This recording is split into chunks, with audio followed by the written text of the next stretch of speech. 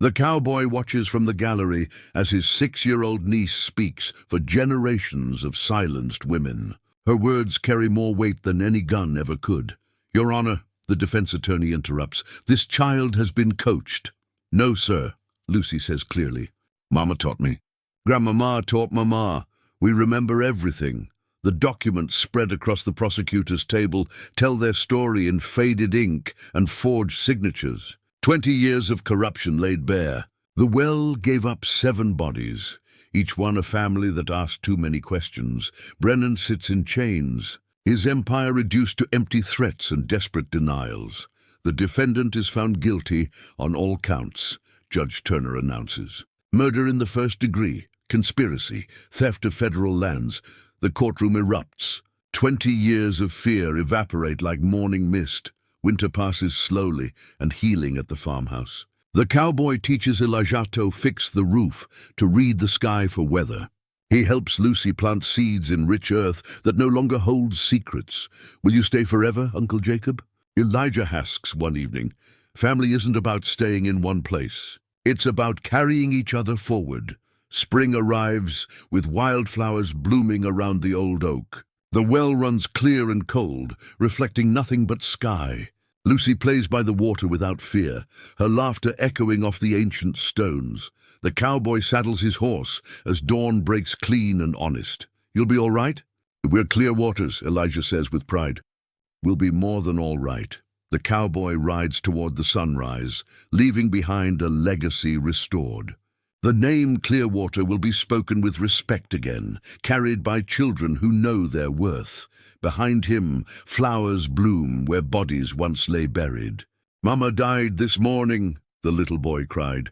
"Please, cowboy, don't let my sister starve tonight." The boy's small hands grab the cowboy's boot as he swings down from his horse outside the general store. Tears cut clean lines through the dirt on his face. "Please, mister." "Mama died this morning." The cowboy stops mid-step. He's weathered like old leather, carrying himself with the careful quiet of a man who's seen too much. He kneels down slowly, meeting the child's desperate eyes. "Where's your daddy, son?" "I ain't got one. Just me and Lucy. She's only 6, the boy's voice cracks. "Please don't let her starve. What's your name?" "Tommy, Elijah Clearwater. You've got to help us." "They're coming tomorrow." The cowboy's jaw shifts slightly. "Who's coming?" Tommy's voice drops to a whisper. "Sheriff Brennan. Says we owe money on the land. Says we got to leave by sundown, or he'll take Lucy to the children's home." Something dark flickers across the cowboy's face at that name. His hands were still on his knees. "Where's your sister now?" "Home. She won't talk to anybody since Mama passed. Just sits by the well, staring into the water." "Your Mama? How'd she die?" Elijah glances around the empty street before answering. "The doctor says her heart stopped. But Mama was strong as an ox. She was out digging by the old oak yesterday evening. Came in all excited. Said she found something really important. Said everything was gonna change." His small fists clench. "Then this morning I found her in bed, cold." The cowboy stands slowly, his shadow falling over the boy. "What was she digging for?" "Don't know. But she had dirt under her nails and this look in her eyes. Like she was scared and happy all at once." Elijah tugs at the cowboy's sleeve. "You'll help us, won't you, mister?" "I got nowhere else to turn." The cowboy stares down the dusty road toward the edge of town. When he speaks, his voice carries something sharp and personal. "Brennan, you said?" "Yes, sir." "Sheriff Brennan." The cowboy's hand moves instinctively to rest on his gun belt. Old wounds stir in his memory like smoke from a fire that never quite died out. "Take me to your sister." "Tommy, take me home." The dirt road stretches like a scar between the cowboy and Tommy, leading to a small farmhouse that looks ready to collapse under the weight of its own grief. Paint peels from the weathered boards like old skin.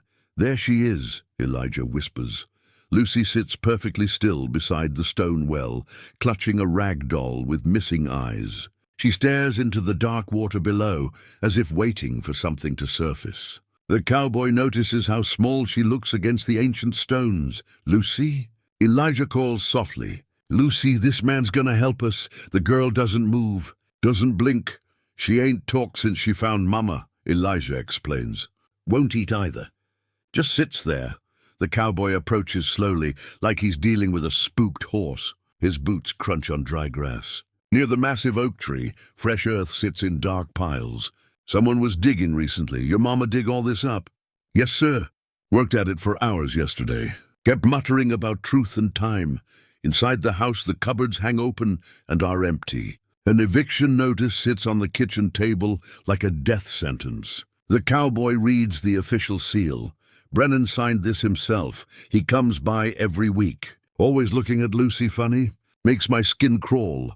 Elijah drops to his knees and pries up loose floorboards with practiced ease. Beneath lies a metal box, dirt still clinging to its corners. Mama hid this down there yesterday night. Told me never to let Brennan find it.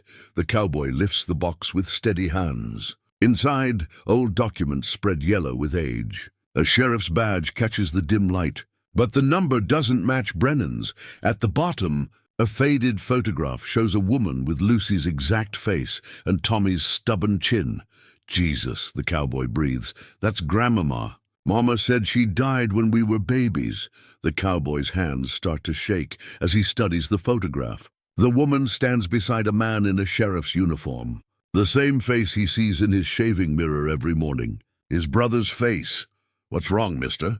The cowboy sets the photograph down with trembling fingers. 20 years of buried memories claw their way to the surface. Tommy, your grandmama. What was her name? Olivia. Olivia Clearwater. The name hits him like a physical blow. His brother's wife. His brother's children. Family he thought was lost forever. At the well, Lucy finally speaks. Mama said the water remembers everything. The cowboy spreads the documents across the kitchen table with shaking hands. Each paper tells a piece of a story written in blood and buried for 20 years. Tommy. Come here, the boy peers over his shoulder as the cowboy reads aloud from a land. Deed, property transferred to county, Sheriff Marcus Brennan, following the death of property owner Olivia. Clearwater. That's Grandmama's name, says. Here she died of heart failure. No investigation required. The cowboy's voice turns bitter. Signed by Sheriff Marcus Brennan himself. Elijah frowns. But how can the sheriff sign his own papers? Because he owned the county. Still does. The cowboy picks up another document. Look at this. Witness statement from Deputy James Crawford. Says your grandmama was threatening to expose corruption in the sheriff's office. What kind of corruption? Land theft, murder, the kind that builds empires on graves. The cowboy finds a yellowed confession letter. This deputy wrote this on his deathbed. Says he couldn't live with the secret anymore. What secret? The cowboy reads in a whisper. Olivia Clearwater was poisoned, made to look like heart failure. She had proof that Marcus Brennan was forging land deeds and stealing property from families who couldn't fight back. Tommy's eyes widen.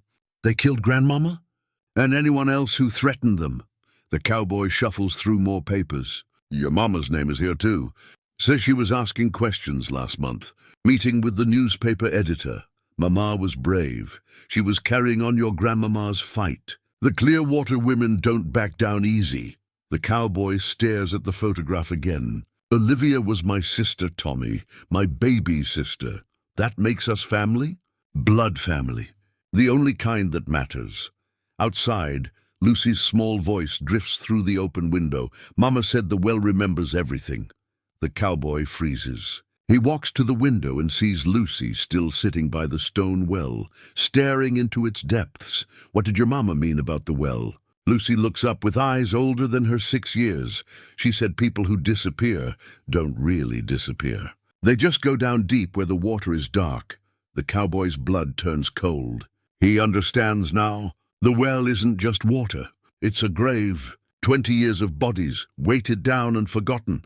Olivia, the newspaper editor. The families who ask too many questions. Tommy, we need to get you and Lucy away from here. Why? Because tomorrow Brennan comes for you, and he's not planning to let you leave alive. Dawn breaks like a wound across the sky as Sheriff Brennan's patrol car kicks up dust on the dirt road. 3 deputies follow in a second vehicle, their badges catching the early light. The cowboy sits on the porch steps, the evidence spread across a blanket like tarot cards predicting doom. He doesn't move when the engine's cut off. Brennan steps out slowly, hand resting on his gun. Well, Jacob Clearwater. Should have known you'd show up eventually. Hello, Marcus. Been a long time, 20 years since you disappeared. Thought you were dead, just waiting for the right moment. The cowboy gestures to the documents. Found some interesting reading material. Brennan's deputies spread out, flanking the porch. Their young faces show confusion at their boss's tension. You boys might want to step back, the cowboy says calmly. This is family business. You're trespassing on county property, Brennan declares. These children are wards of the state. Funny thing about that, the cowboy holds up a forged deed. Turns out this land was never legally seized. You're an unstable drifter making wild accusations, am I? The cowboy stands slowly. Because young Elijah here spent the night in town. Showed these papers to Reverend Hayes, to Editor Morrison, to Judge Turner. Brennan's face goes white. You're lying. Check your radio, Marcus. I think you'll find some interesting developments. Brennan keys his radio with shaking hands. Static crackles, then a voice. Sheriff, we need you at the courthouse immediately. Federal marshals are here with warrants. The deputies exchange worried glances. One of them backs toward the patrol car. There's more, the cowboy continues.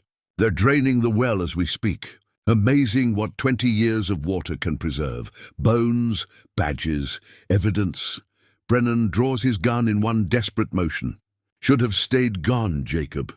Should have left my family alone. The shot echoes across the empty fields. But it's not Brennan who falls. The youngest deputy, trying to stop his corrupt sheriff, takes the bullet meant for the cowboy.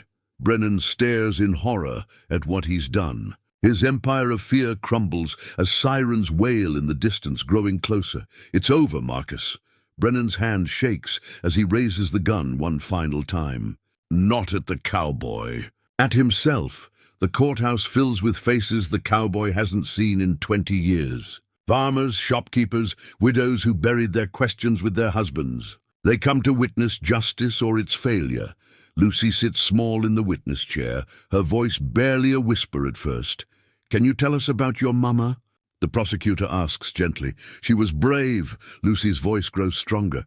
She said our family never backed down from the truth. What did your mama find by the old oak tree? Grandmama's voice. All the voices they tried to bury,